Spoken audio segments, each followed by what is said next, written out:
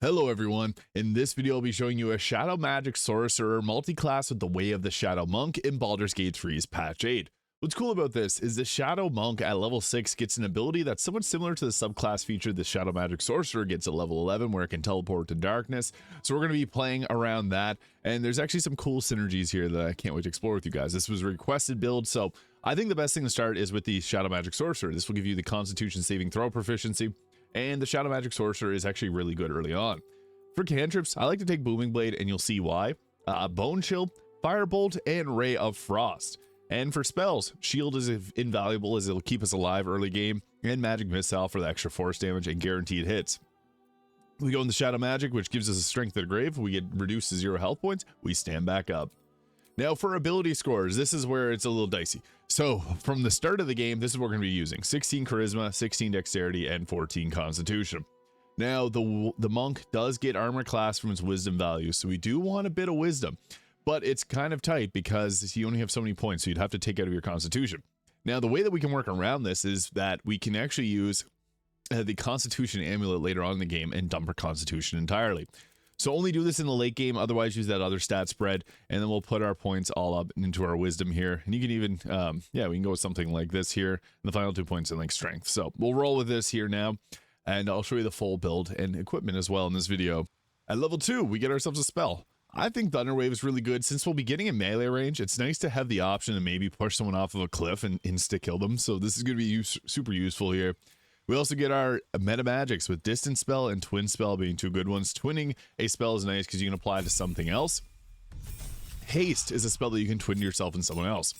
But at level 3, this is where we get actually a very impactful spell with the Eyes of the Dark Darkness. This allows us to see in magical darkness. This and the Hex and the Warlock are the only two classes that can actually be able to see in darkness without using items. And where this becomes huge is the Shadow Magic or Shadow Monk actually gets some benefits from this, as well as a weapon that we will be using. So we'll roll with this here. And for our spell, there's a couple that we want. Misty Step's nice, but we do get a version of that later on that doesn't require a spell slot. So Shadow Blade and Hold Person be the two most important. Shadow Blade doesn't require concentration, and it can give us a very powerful weapon, which is empowered by our darkness. And the monk can make use of it too with their extra attack. Meta Magic, Quicken Spell will be our level 3 choice there, as Quicken Spell is really useful. Level 4, we get ourselves another choice in cantrip. You can take something like Acid Splash, really whatever other cantrip you want there. And for our spells here, as I mentioned, Hold Person is good, but you can also go with Scorching Ray. This is a pretty useful damage spell in early mid-game. Mirror Image is also nice too to increase armor class by 9.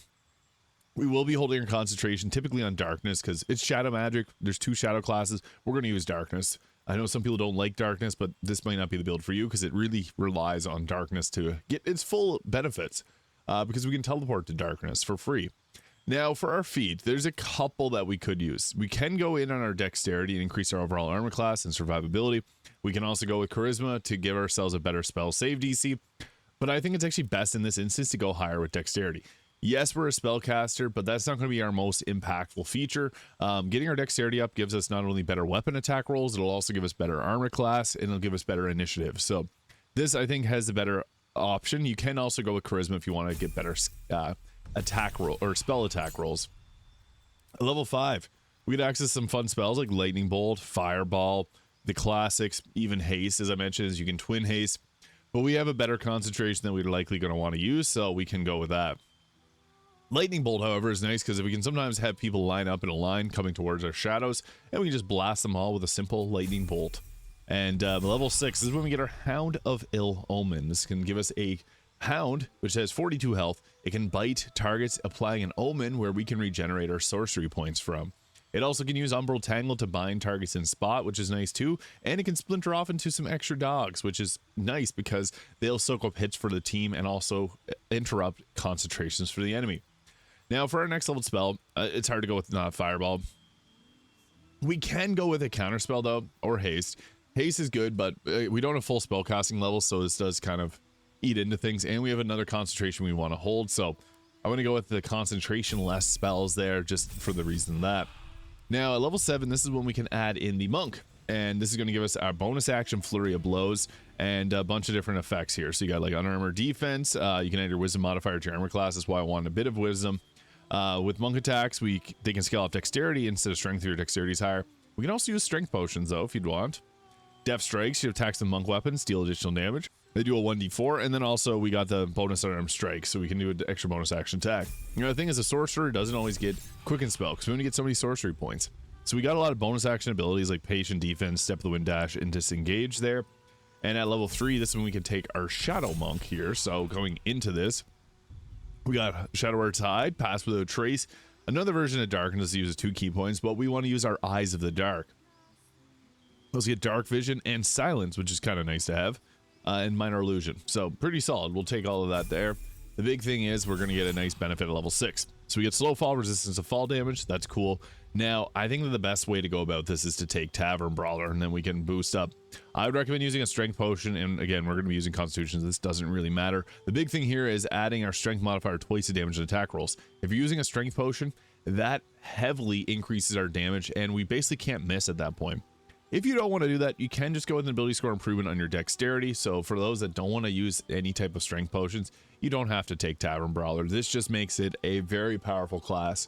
But you can just go with the wisdom, or you can go with a dexterity increase there. And at level 5, extra attack. This is nice. So now we're a lot more martially focused. So we can do 2 Shadow Blade attacks. And we also get the stunning strikes, which are nice. And we can use a melee weapon on this, so we can possibly stun a target. This is really useful. If a target's stunned, they just skip their turn. Really good.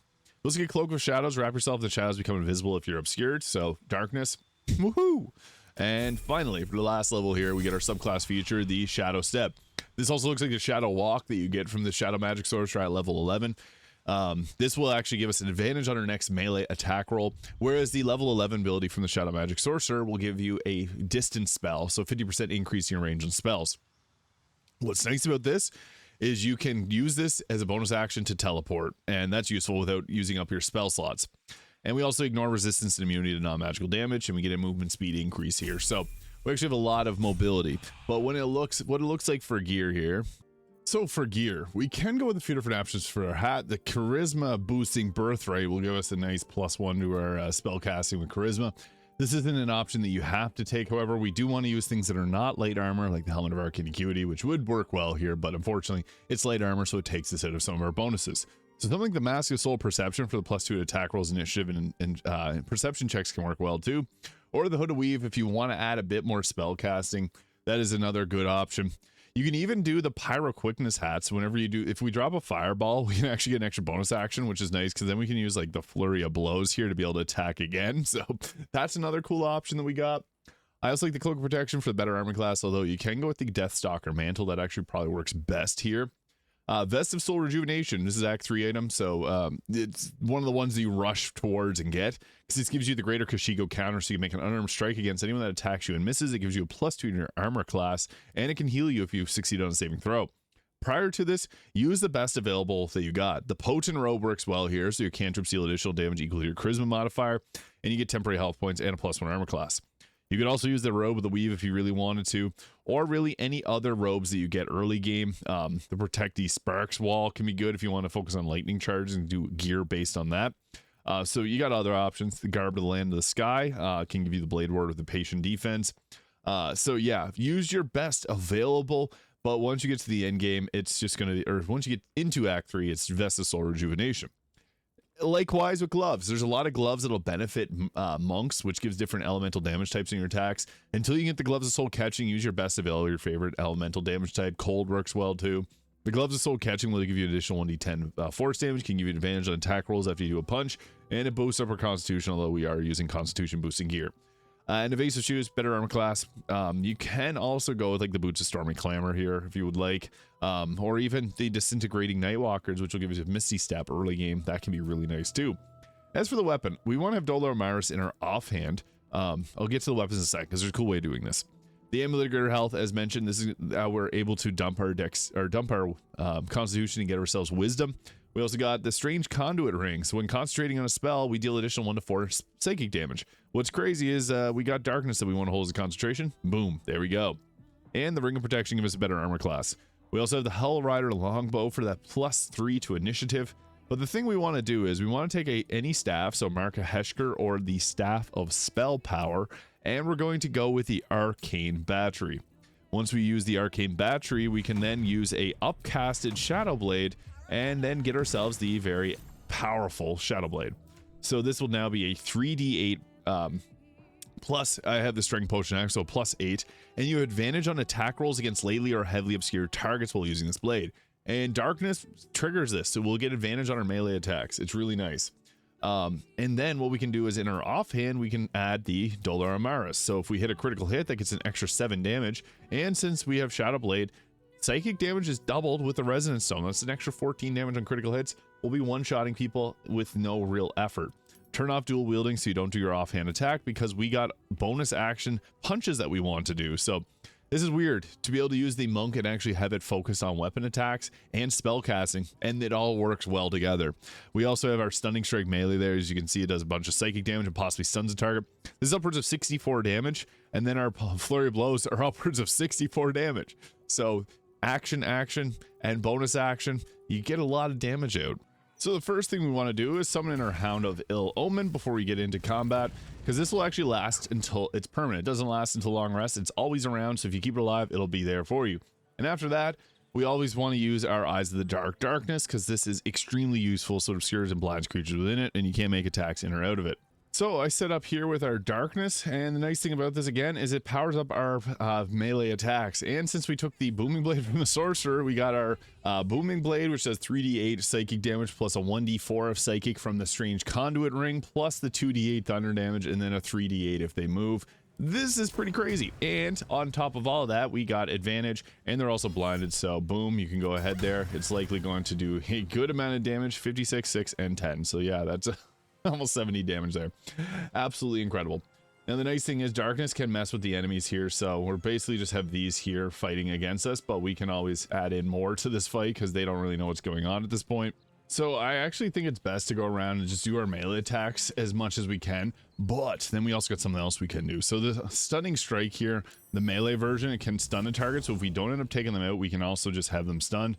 But we're also very likely to take targets out because our melee attacks do a ton of damage. So we'll see if we can roll this one off. We'll give it a free crit. 102 damage on a critical hit is just absurd. And then what we can also do is we got Scorching Ray and Fireball to power up our other attacks. And we can see from darkness. So we can just literally go boom, Fireball, throw that at them. 2 bonus actions, even though we burn ourselves. That's good because 2 bonus action means we do Flurry of Blows on one target. They're almost taken out, so that's fine, but we'll do it anyways. So 1 bonus action, Grasp Essence, and then we get another Unarmed Strike. So we can attack another target too for free if we don't want to use our key points. So yeah, this gets crazy. This target likely needs 2 punches to be taken out, so we'll use the Flurry of Blows on them. But that's likely going to finish them. Yep, we guess we only need the 1 punch. So yeah, that could have finished them off too. And then we'll retreat back to our darkness to finish off. But Shadow Step is also an option as well. So you can see there, pretty crazy in all honesty. And with our Nimbus, the Shadow Dog here, you want to use it to use the Ominous Bite. It doesn't have a good hit chance, I'll be honest. It's probably only going to be, 65%. And they can save on the Omen. Oh, we got the Omen of Acid there. Perfect. All right, cool. And then we can retreat back to the shadows here, or maybe just keep them there. If he gets hit with a melee attack that doesn't have radiant damage, it'll splinter off into another dog. The nice thing is, it's often going to take attacks for you, so that can be good too, is a little bit of an extra tank. Ideally, you would have it go into the darkness, though. And we're back to a group of enemies grouped up. That's always going to be a fireball for me because we get ourselves, afterwards, that extra bonus action again, which is super useful. So boom, if you don't get taken out, they will take all that extra psychic damage. The strange conduit ring is pretty funny. It applies sometimes when it shouldn't apply. But that's all good and well. We'll now go up with our 2 bonus actions, and we can start doing some melee attacks or booming blade. Find the target that has the most health and use the booming blade on them, and then you can finish off the rest. So we'll go after this target here, and boom, yeah, that was a good amount of damage. And then follow it up with another attack. If you don't think you're going to take them out, you can go with the stunning strike there. So boom, we hit them there, and we are all out of actions, but we have bonus actions. So we got Flurry of Blows. That target has a little bit less health. We'll use the 2 punch on this one. Yeah, that was good, and they took psychic damage as well. And then we'll use Unarmed Strike on this one, the free action, so we can conserve our action points. And you can see there, easy knockout, and retreat back to our shadows. Unfortunately, Nimbus did not make it. And this will likely finish them off, so we'll just go with a Shadow Blade. But as I mentioned, we take Thunderwave for a very specific reason, and that is the funniness that comes from things like this, when you get the, well, never mind. Sometimes it happens where you can push them off of a ledge, but other times it doesn't happen. And that was enough to take them out though, so that worked well. And then this one has 64 health, so we'll use our booming blade there, and that was more than enough to finish them off. So the Shadow Magic Sorcerer Monk is actually very strong. Getting the ability to actually see in your own darkness, camp out in your darkness, spell cast from it, and then come at those with the Shadow Blade and Booming Blade combination is very strong. So let me know your thoughts in the comments. Hit the subscribe button below if you haven't already, and I'll see you all in the next video.